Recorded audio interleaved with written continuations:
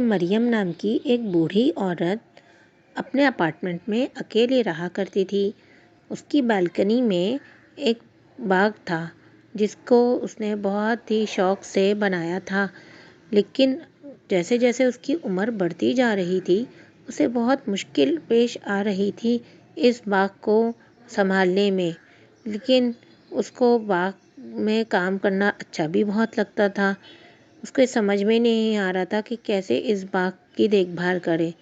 پانی تو وہ جیسے تیسے ڈال دیتی تھی، لیکن باغ کے اندر گملوں میں کھاد ڈالنا اور ان کی گوڈی کرنا، تو یہ سب کام وہ نہیں کر پاتی کیونکہ بھاری بھاری بیلچے رکھے تھے اور بڑے بڑے گملے رکھے تھے، اور بڑے بڑے گملوں میں بھاری بھاری بیلچوں کے ساتھ جب وہ جوان تھی تو یہ کام کر لیا کرتی تھی، لیکن اب اس سے یہ کام نہیں ہو رہے تھے۔ رفتہ رفتہ باغ مرجھانے لگا تھا۔ مریم اس باغ کے لیے بہت فکر مند تھی کہ اب وہ اسے کیسے ٹھیک کرے، لیکن باغ وہ آہستہ آہستہ کر کے پورا خراب ہو گیا، یعنی کہ اس کے پھول کلیاں سب مرجھا گئی۔ مریم اداس رہنے لگی۔ ایک دن اس کی نواسی فاطمہ اس سے ملنے آئی۔ تب مریم نے فاطمہ سے ذکر کیا، بیٹا میرے یہ بالکنی کا باغ مرجھا رہا ہے اور میں اس کی بالکل بھی دیکھ بھال نہیں کر پا رہی ہوں۔ جس پر فاطمہ نے کہا، نانی آپ بالکل فکر نہ کریں، میں انشاءاللہ تعالی اس کو بالکل ٹھیک کر دوں گی، ابھی کچھ ترکیب سوچتے ہیں اس کی۔ اس کے بعد فاطمہ نے اپنا موبائل اٹھا کے تھوڑی سی سرچنگ کری اور باغ کے بارے میں، یعنی گملوں وغیرہ کی دیکھ بھال کے بارے میں، اور اس کو اچھی طرح سے رکھنے کے لیے چھوٹے گملوں میں کنورٹ کرنے کی تمام چیزیں، تمام ترکیبیں دیکھیں، اور اس کے بعد وہ ایک اسٹور گئی، محلے کے اسٹور گئی، اور وہاں سے اس نے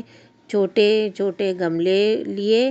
جو اتنے بھاری نہ تھے وزن میں، اس کے ساتھ کھاد کی ایک چھوٹی تھیلیاں لی اور 3-4 چھوٹے چھوٹے پودے خریدے، اور لے کر وہ اپنی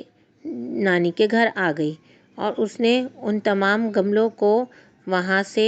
مزدور کے ذریعے ہٹوا دیا، اور پھر وہاں پہ چھوٹے گملے رکھ کے اس میں اس نے کھاد بھری اور پودے بھی لگانا شروع کر دیے، اور اپنی نانی سے کہا، دیکھیں نانی میں نے آپ کا باغ تیار کر دیا ہے، جس پہ اس کی نانی بہت ہی خوش ہوئی اور ڈھیر ساری دعائیں فاطمہ کو دینے لگیں۔ فاطمہ خوش ہوئی اور فاطمہ نے نانی سے کہا، دیکھیں نانی میں ایک چھوٹی سی کھرپی لائی ہوں، یہ ایک ہتھیار ہوتا ہے جس سے اپنے گملوں کی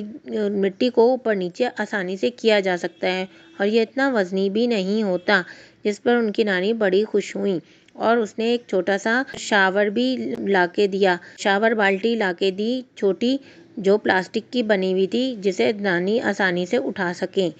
اور ایک چھوٹا سا لوٹا بھی لا کے دیا تھا تاکہ نانی لوٹے کی مدد سے اسے بالٹی کو بھریں اور پھر بالٹی سے پانی آرام سے ڈال سکیں۔ نانی ان سب چیزوں کو دیکھ کر بڑی ہی خوش ہوئیں اور ڈھیروں ساری فاطمہ کو دعائیں دینے لگیں۔ اب ان کا باغ ہرا بھرا ہونے لگا، اور اس پر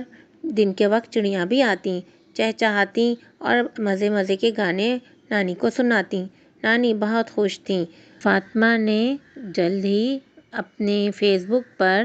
اپنے دوستوں، محلے داروں اور خاندانوں کے ساتھ باغبانی کی تصاویر شیئر کرنا شروع کر دیں، یعنی بالکنی کی تصاویر اپنے تمام حلقہ احباب میں فیس بک کے ذریعے دکھانا شروع کر دیں، اور یہ کہانی رفتہ رفتہ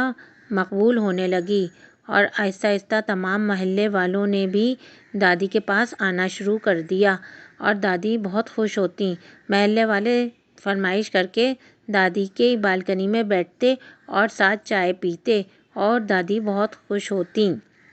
اس کے علاوہ جب محلے والوں نے دیکھا کہ ان کا باغ بننے سے اور گھر بہت خوبصورت ہو گیا ہے، تو محلے والوں نے بھی اپنے بالکنی میں باغبانی شروع کر دی اور اپنی تصاویر